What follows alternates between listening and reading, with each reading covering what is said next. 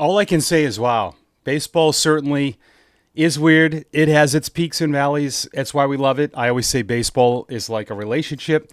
It certainly has its ups and downs, but you know, baseball, we love it. It's certainly like a relationship. Welcome to a Monday edition of Red Sox Now, presented by Fan Arch here on YouTube. Mike Antonellis with you. I was at Polar Park Friday on the radio call. Jim Kane did the TV, had a great call. I'm sure you've heard as Red Sox fans, and I'll post it in the comments section. The 497-foot home run from Roman Anthony, a grand slam, and just absolutely amazing. But a good weekend for the Red Sox. Make sure before we get into the show today to subscribe, like, and comment. It's just unbelievable because, you know, it was funny, and we'll get into this in a few. Many weren't happy with Alex Cora. I'll just say that before we get into it. That'll be the second topic, as you say. The lineup was bad.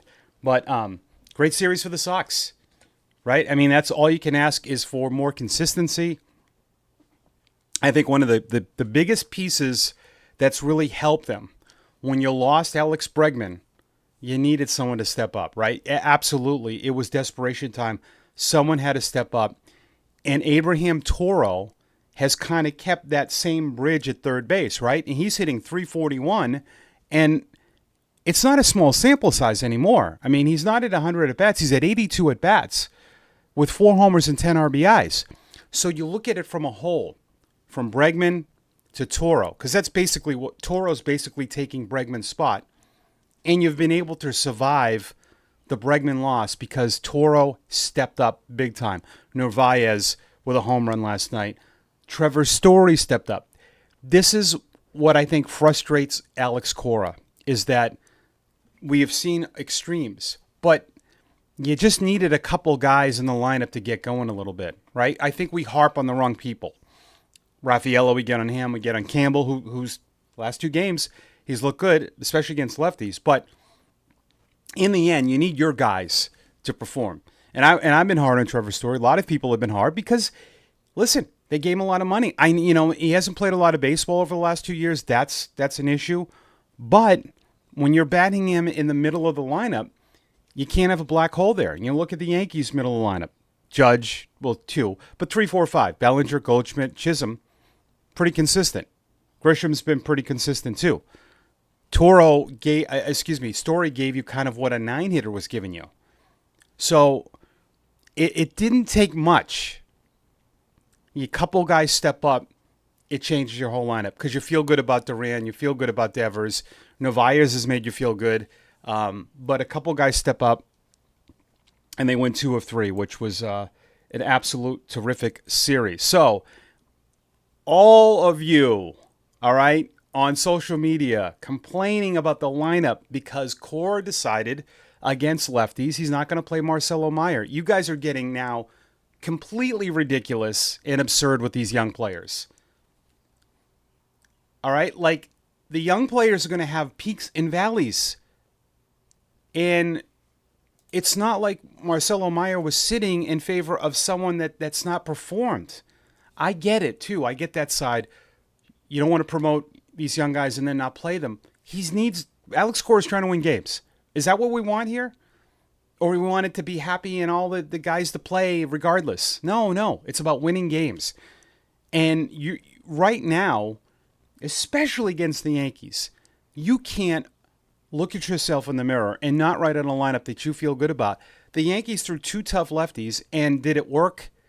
Yeah, because the guys in your lineup that you sacrificed the young players for are Refsnyder and Gonzalez, and they've been pretty good for you all year, and it worked. And those 2 didn't have any hits last night, but it didn't matter. You scored 10 runs in 11 using a different lineup. And listen, people were mad about Meyer. I mean, Abreu's a starter every day. He didn't start the last 2 days, but I like the fact that they both got into the games both days. But please, you can't say, well, it's not fair to call a guy up and then he doesn't play against lefties. He's got to learn how to stop. It's about winning. It's about putting your best foot forward now. This isn't about, we can't do what's best for a prospect and a young player who just got called up. You're playing these games in the big leagues to win. And I don't think Alex Cora did anything wrong. Now, Can you question the other night when they pinched hit for him after he homered? Yeah. That to me I thought was weird. I don't like when he starts and then, but again, it's a small window here. You get swept in that series, and you're 7 out of a wild card right now, and what, 12 and a half out of the division? How do people feel today? You won 2 out of 3 against the Yankees. Got to keep it rolling, though, with the Rays here. But I have no problem with Alex Cora doing that. I really do not. But yeah, I did. The offense was excellent. But again, I know I'm going to nitpick. I just did not like how Bernardino pitched coming out of that inning. You guys can get on Robert Stock all you want. This shouldn't have happened. I think Dobbins was held to 64 pitches because he hasn't started. He hasn't pitched much. The ESPN crew didn't talk about that. I mean, he was taken out of the rotation. Fitz was in the rotation. They used Dobbins as, remember, a reliever. So they did ramp him up. You could argue, should he have gone 1 minute more inning?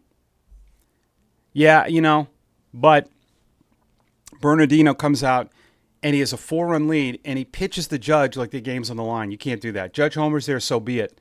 But you can't come out of the bullpen there and nibble the way he did. That 6th inning should have looked better.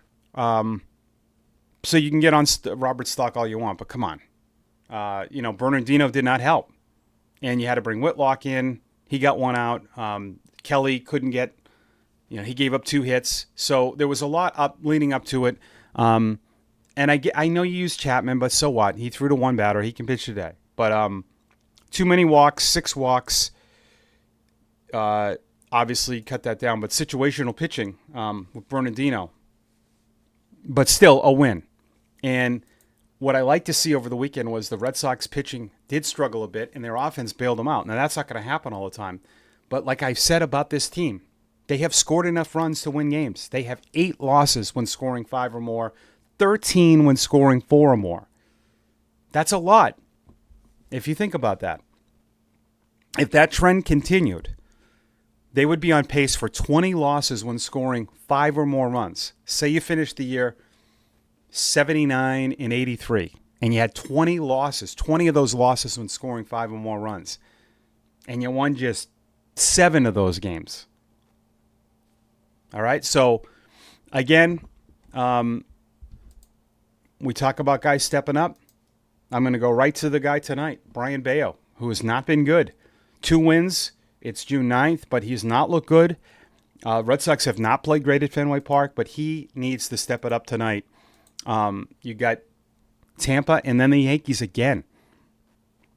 Really good stuff. So this is the question. All right? And I don't know. It's okay to say this. The talk show host won't do this because everyone's got to have like an extreme example of how we got to get, well, let's move blah, blah, blah, blah. No, it's okay to say, I don't know. The team offensively right now is in a good groove. I love Roman Anthony. I've said that over and over and over. I don't know. I don't know what the right thing to do is. AAA pitching is certainly not what it was years ago. Everybody's hitting at AAA. I'm not taking anything away from Roman Anthony. Ceddanne Rafaela in 2 months in AAA hit .340 with 14 home runs. Jostin Sun Garcia, the password who I love, 16 games at AAA. He hit .250 in AA. He's hitting about .390. Blaze Jordan, a hit in every game he played this week at AAA. These young guys have been unbelievable. It's not just Anthony. But this guy, this kid's special. We know. But I don't know what I don't know. That's $1 million question. The one, I will give one idea, is maybe against righties, Anthony plays. You put Raphael at second. You platoon Anthony and Campbell, essentially, because Campbell's looked really good against lefties. But it's a weird thing to happen because when these guys, in my experience, I've been in the Red Sox system since '05, there's always been a path. There's always been a position open. I mean, with Mookie, they moved them off second because of Pedroia. But it is a bizarre thing. But, man, this kid, I can't wait for him to get to Fenway. So, with all of that, if this team, you feel, and the organization feels, has a chance to win, and if they continue to score the runs they are, if they pitch better, they have a chance. They have a chance to be a wild card team. But I think they need help there. Can you do that? Can you get an arm? Can you get an upper level arm? I don't think so. You have to get very uncomfortable. But I think they got to try to, if they feel this team is good enough offensively, and maybe if there's a path where they feel a Roman Anthony and then adding a pitcher, subtracting someone from their 25-man roster makes them better, I'm all for that. So I think they're going to have to. Would Abreu be a guy you move on from? I don't know, maybe. Duran is hard for me to move on from. Dynamic leadoff hitter. Rafaela, Gold Glove, you sign him for 8 years. I don't know if someone's going to pay you all that money, and I don't think you'd do that. It's a Gold Glove center fielder. So do they float Jostinson Garcia, Blaze Jordan, minor league guys? They have some prospects at AAA and AA. Are those guys being looked at now? I think they are. And I think you have to try to, if you think you're good enough to win. Because Walker Buehler gave you nothing. And honestly, I think your second best starter right now is Hunter Dobbins. So for me, that's still an issue, and you've got to get that fixed. If guys don't step up, if Bayo's not better, if Houck doesn't come back, if Crawford doesn't come back, Fitz is in AAA, you got a pretty black hole there with starting pitching. If Buehler's not better, it's going to be hard to win games. So maybe we see something. Thanks for watching. Longer episode because it's coming off a series win against the Yankees. Have yourself a great Monday. Tonight against Tampa Bay, we'll talk all about it. On Tuesday, make sure to subscribe, like, comment on the channel. Follow me on all my socials at The Radio Mike. Happy Monday.